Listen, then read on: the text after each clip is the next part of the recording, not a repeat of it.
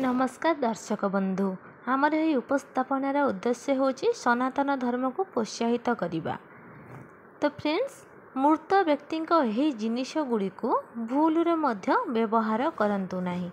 जेतबेले घरे कहार मृत्यु हो जाए किछि लोक मृत व्यक्ति जिनिष को स्मृति भाव में रखती किंबा व्यवहार करती, किंतु गरुड़ पुराण रे मृत व्यक्ति सह जड़ित जिनिष बा वस्तु विषय एपरि किछि कुहा जाइछि जहाको आमे भूल रे मध्य व्यवहार करबा उचित नुहे। एकथा समस्ते जानते जे मृत व्यक्ति एक अटल बा निराट सत्य, किंतु मृत्यु पर जीवात्मा सहित कौन घटे से विषय में विभिन्न धर्म रे विभिन्न प्रकार विश्वास अच्छी, किंतु आमर हिंदू धर्म गरुड़ पुराण रे मृत्यु विषय में विस्तार भाव में वर्णना करा जाइछि। यह हिंदू धर्म रे एकमात्र ग्रंथ जो मृत्यु पापपूर्ण स्वर्ग एवं नरकर हिसाब दि जाए। मृत्यु पर आत्मा सहित कौन घटे एवं केउं आड़े जाए से विषय में आमे किछि जानि नाहु, किंतु मृत्यु पर जहाँ पछरे रही जाउछि अर्थात मृत्यु पर मृत व्यक्ति जिनिष सबू कौन करबा उचित। परिवार सदस्यों मृत्यु पर लोक माने सेमानंकर जिनिष को स्मृति भाव में व्यवहार करते, किंतु किछि लोक मृत व्यक्ति सह जिनिष गुड़ी को नष्ट कर दियंती। गरुड़ पुराण रे मृत व्यक्ति सह जड़ित जिनिष विषय उल्लेख करा जाइछि जहाको आमे भूल रे मध्य व्यवहार करबा उचित नुहे। एहीपरि करिबा द्वारा जीवात्मा आकर्षित होई पारे एवं मृत व्यक्ति नकारात्मक ऊर्जा बा शक्ति सही व्यक्ति सह खेल खेली पारे। मृत व्यक्ति यही सब जिनिष भूल रे भी व्यवहार करबा कथा नुहे। नंबर 1 अलंकार। कुआजाए जे प्रत्येक व्यक्ति तांका अलंकार को बहुत भल पाई थांती। यह मृत व्यक्ति आत्मा पाई एक प्रयोज्य।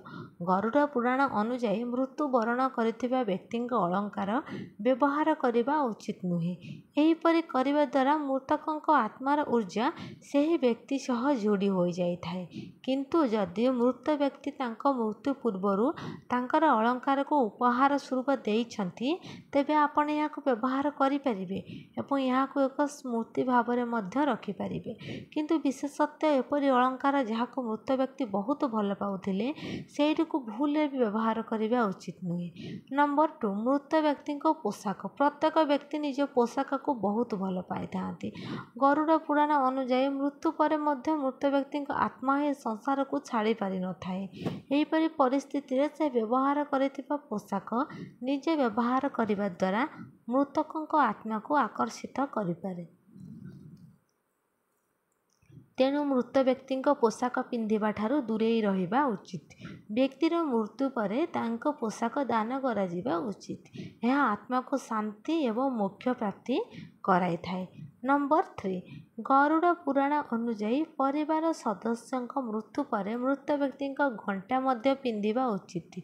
यह व्यवहार करबा द्वारा उचित नुहे। विश्वास करा जाए जे मृत व्यक्ति सकारात्मक एवं नकारात्मक शक्ति घंटारे रही थाए। मृत व्यक्ति घंटा पिंधिबा द्वारा नकारात्मक शक्तिर प्रभाव पड़ी थाए एवं से मृत व्यक्ति को निज स्वप्न रे बारंबार देखि थांती। तेणु मृतकर एही सब जिनिष व्यवहार करबा उचित नुहे। आजिर भिडियोटी को मुझे यही समाप्त करुच्ची। जदि आपन को भिडियोटी भल लगुच तेबे भिडियोटी को लाइक करंतु एवं चैनल को सब्सक्राइब करंतु एवं यह आपणकर सांग मानक सहित शेयर करंतु। भिडियोटी को शेष पर्यंत देखिथिबारु आपण मानकु बहुत बहुत धन्यवाद।